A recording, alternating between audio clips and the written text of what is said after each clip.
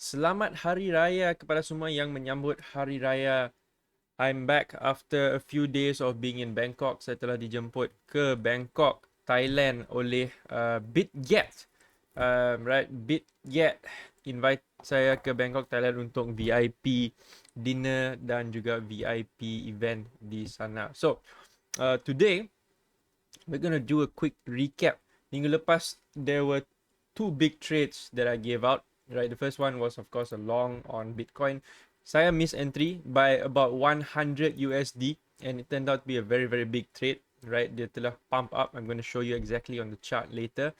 That I'm also going to show you what are the next potential levels yang saya sedang cari. Apakah position atau entry yang saya nak monitor.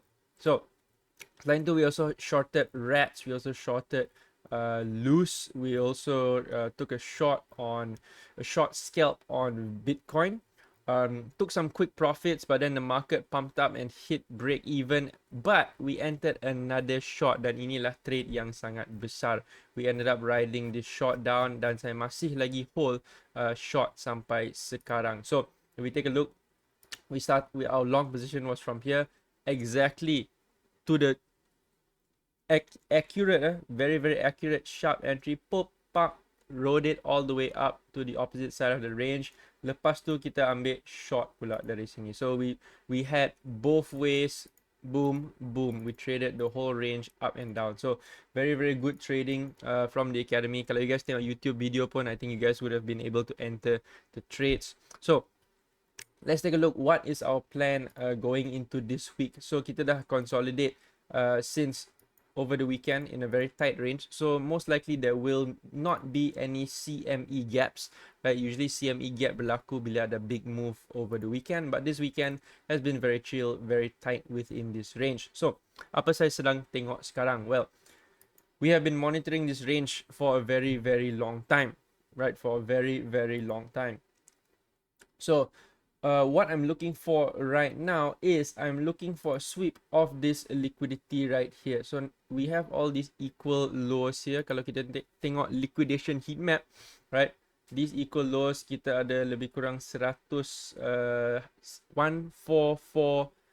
million liquidity sitting at the bottom here. Now pay attention kepada dua level ini. Yang pertama ialah 81,000, yang kedua ialah di atas sini around 88 atau 89,000, di mana kita ada 161 juta liquidation di atas sini, ada about 89,000.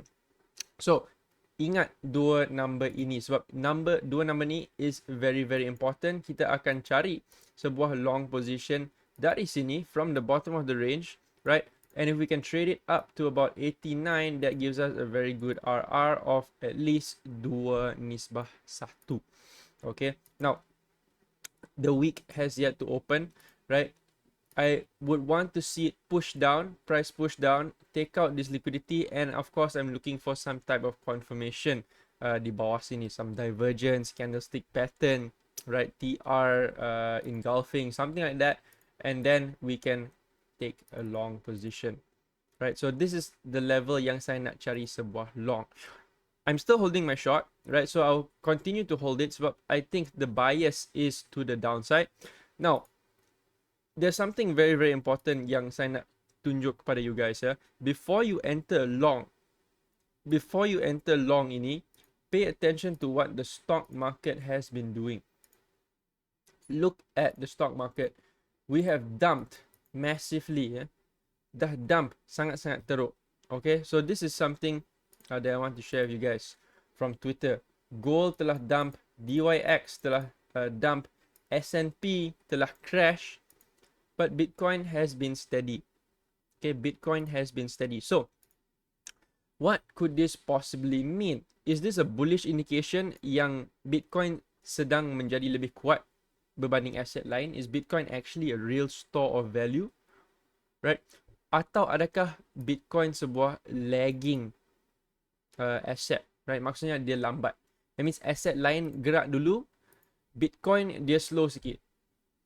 Okay, so I actually think that Bitcoin is lagging behind these major assets. So bias saya masih ke bawah untuk masa sekarang.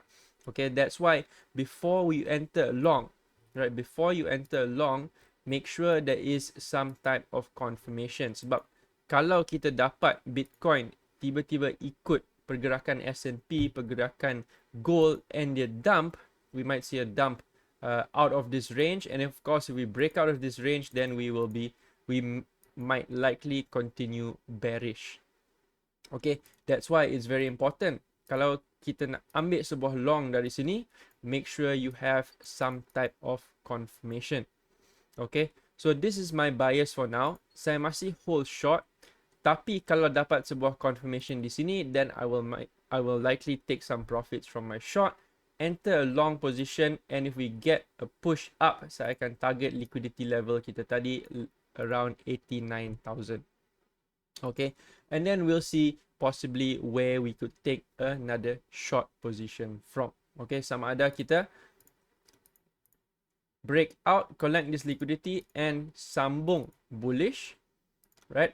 Atau kita dapat sebuah rejection di sini, and maybe we can look for a short position somewhere around here, di mana kita ada value area high, kita ada sebuah order block sini, and if we pull a Fibonacci, I believe we will have the 786 level right here. Okay, so for now, this is my plan. I'll be looking for a long position here until we reach the opposite side of this range. Then maybe saya akan cari sebuah short somewhere around here atau somewhere around 89 or 90,000. Tapi bias saya sekarang disebabkan semua asset lain telah crash, my bias is a little bit more on the bearish side. So that's why saya masih ada keyakinan sikit untuk hold short position ini. So I'm going to wait for it. I'm going to see how we react at this 80k level before I enter any new positions.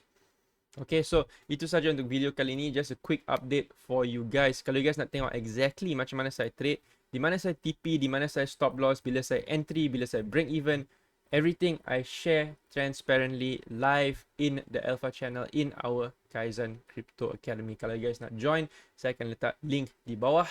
Thank you guys for liking, commenting and subscribing. Lagi sekali, selamat Hari Raya kepada semua yang menyambut. See you guys in the next video.